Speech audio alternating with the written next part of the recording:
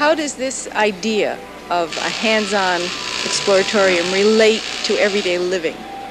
I think it relates in a number of ways. To me, the most interesting one is that people do work and are in contact with a great many things in their homes, in their cars, and in beaches and nature. And because so many of them are inaccessible or incomprehensible, they feel that everything is incomprehensible. And to have one environment in which you find out you can understand something, I think has a lot of carryover to noticing more things and enhancing curiosity and giving people the satisfaction of saying, oh, I see.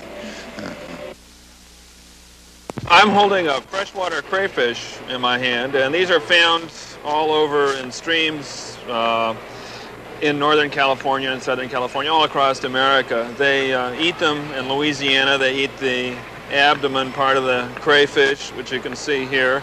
Charlie, what parts on our body correspond to the abdomen of the crayfish? Well, just about any joint that we have in our body has muscles around it which either are contracted or stretched. And if you want to think about it, the easiest one we could think of is maybe what happens whenever you move your arm around. So if you hold your arm out straight and then bend it up, you have stretched the muscles on the back part of your arm. Your brain is able to tell what position your arm is in, even if you close your eye, because it's receiving information from the muscle stretch receptor organs, so that in this case it's got this very nice tail flexion. And each segment is independently innervated, so that there are 1, 2, 3, 4, 5, 6 muscle stretch receptor organs located on this side of the tail. There are another 6 located on this side. And they tell the crayfish how far its tail is bent this way. So in this exhibit, we've cut a small hole in the shell and we've exposed the muscle stretch receptor organ. And then we've put an electrode which is capable of recording off the nerve around that group of muscle fibers. Now, if you go ahead and bend the tail down, we will stretch the muscles in the crayfish tail right along here, which will in turn, it also stretches the stretch receptor organs, and we will see an increase in the frequency of which these nerve impulses are happening on here. And you can hear them as slight clicks in the background right now, and they're happening. There was one. Pop, pop, pop, pop. You want me to take hold of the plunger and push the tail down? Sure, just go ahead and push it down and we'll... I'll put the microphone up by the clicks.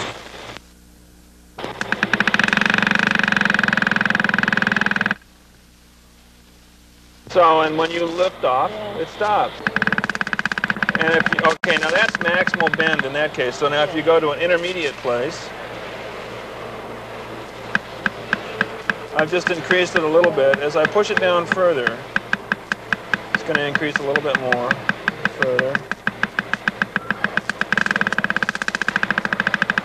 And that's maximum in this case. We have to restrict the amount that people are allowed to bend the tail down, actually, because they would wreck the preparation in a very short period of time. So actually it only goes down a very short way. Yeah, and actually the rate at which this will fire goes up to about 1,000 times per second. So that you're looking at so we're just barely touching the surface of the actual output of that cell. I mean, in terms of how fast it will fire. So this is why we use the crayfish and why stretch receptor organs are important, and they are found in everybody. Everybody's got them. And every animal's got them. Well, we have 2 major tactile exhibits. One is our geodesic dome that we call the Tactile Gallery, and the other one is the tree that we're leaning against. And the tree is mainly made of ferro-cement, and there are about 12 or 24 different textures on it, from fir to San Francisco mist, to heat, ice, fur, leather, all different kinds of things, including vibration. Things you can touch and feel. And yes. What is the point of experiencing the tactile senses? Well, it heightens your awareness, and that's mainly what the Exploratorium is about. We're a museum of perception, and we try and help people perceive things outside the museum as well as inside. This is a trapezoidal window. It's not an ordinary window, but is wider at one end and tapered at the other. It looks like it's swinging back and forth, but watch it closely. It's playing tricks on you. With the trapezoid window, one side is actually smaller and one side is actually bigger. Sally Dunsing, a teacher at the Exploratorium, is explaining the technical reasons why this trapezoidal window plays tricks on you, explaining why you think it's swinging back and forth. Further away from you or getting closer, but your brain refuses to admit. The principle of this trick, or optical illusion, is quite simple. Since you're used to seeing ordinary squared windows, your mind refuses to let you see anything different. You see only what you're used to seeing all the time. But seeing is not always believing. Watch carefully as Sally tapes a piece of paper onto the lower edge of the window. It shows in what direction the window is really moving, around in a circle. So it's always, now at one point the far side will be further away from you, and the small side will be closer. If I take the card off, see if it's But the same. when she takes the paper off, your mind sees the window swinging back and forth again. The idea that windows are square is so strong that your eye brain ignores the fact that you know the window is moving in a circle. Here is another test for your eye brain. Look closely at the impossible triangle. Are the corners joined? If you move, you get a different clue. The figure is hardly triangular, as you can see from the side. But if you move back to the front and align the edges, your eye brain will again see a triangle. In how many other instances do we stick to a judgment or favorite opinion despite contrary information? What are some of the principles behind the laser? Well, the laser works from a gas. If you look at this laser over here, I could show you how it works. There's a tube filled with two gases, helium and neon. And this is a cathode, this is an anode, so there's an electric current flowing through here that charges these electrons. There's a mirror at the top, a mirror at the bottom, and the light inside this tube gets reflected back and forth inside there. Is that like a neon light? Same principle? The same thing except for the mirrors inside. Then the mirror at the top isn't a perfect mirror. It lets some of the light through, and the light that gets through is the laser light. What are some of the uses for the laser beam? Well, let's see. Lasers are used in medicine. They're used in communications. They're used in photography now, even in surveying.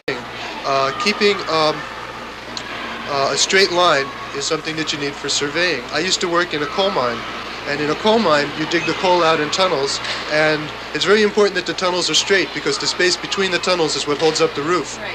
the walls there, and they line up the tunnels using lasers. Explain what you mean by straight line is very important. The laser only goes in a straight line? That's right. Where most white light spreads out. Now, all light travels in a straight line, but what happens with most light, if you can see here, white light is made up of many different colors, many different frequencies of light, and it spreads out. Now, laser light is one color, one frequency in phase, and it's all moving in a straight line. It doesn't spread out. Is that dot there, the red dot, the laser light? That's it. And if I step back, you can see it up on the board here. Now, this will go for almost 2 miles, easily 1.5 miles, and it might spread out. It wouldn't be quite as big as a golf ball at the end of those 2 miles.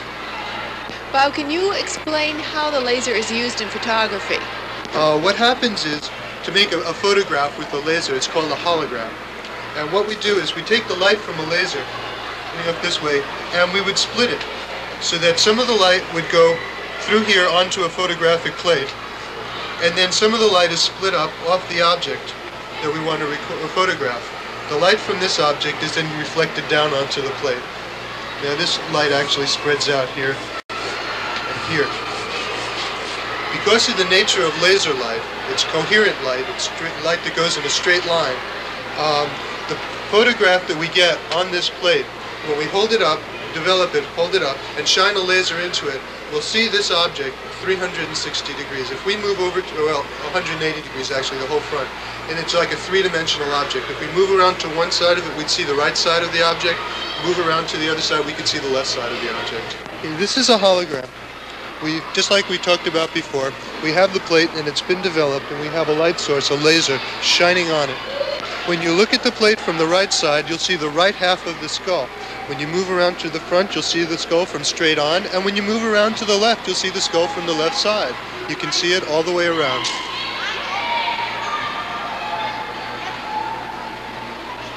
I think there was a need for this kind of environment in all kinds of learning situations. So much of learning had gotten to be passive, where you couldn't feel, you couldn't repeat, you couldn't interact with and change. That's true of lectures at a university, and it's unfortunately true of television. And it's true even in lower schools, that one is learning about things one's had no experience with, no chance to play with, so one needed a place like this. And it's having that impact because this kind of a place can be reproduced, not another exploratorium, but the idea of having a place where there are experiences juxtaposed in such a way that they facilitate learning can be done in art museums, natural history museums, all kinds of museums. One doesn't have to have things to move with one's hands. One can interact if this is built into the way exhibits and props are displayed. When you're looking at blue or when you're looking at red, what happens is like the red light comes in and goes into your eye, and these little nerves pick up just certain colors. So some nerves pick up red light, some nerves pick up blue light, some nerves pick up green light. And something happens when you do different things. Like if you keep staring at a red light, something happens. And if you keep staring at a blue light, something happens to those nerves. And I want us to do a little experiment now trying that out. So what you do is I'm going to give you a piece of white paper and fold it in half. A series of educational programs for Bay Area students and teachers is also available at the Exploratorium. Included are field trips, museum labs, and what is called School in the Exploratorium. In this school program, 4th, 5th, and 6th grade classes spend a full day at the museum once a week for 5 consecutive weeks under the guidance of an Exploratorium instructor. Students study a variety of topics which deal primarily with concepts of light and sound, including the processes of hearing and seeing. Exploratorium teacher Sally Dunsing. Why do you think that's happening? Does anybody have a theory of why that might be happening? I'll tell you why in a minute, but first, does anybody think, why do you think you're seeing a different color? One color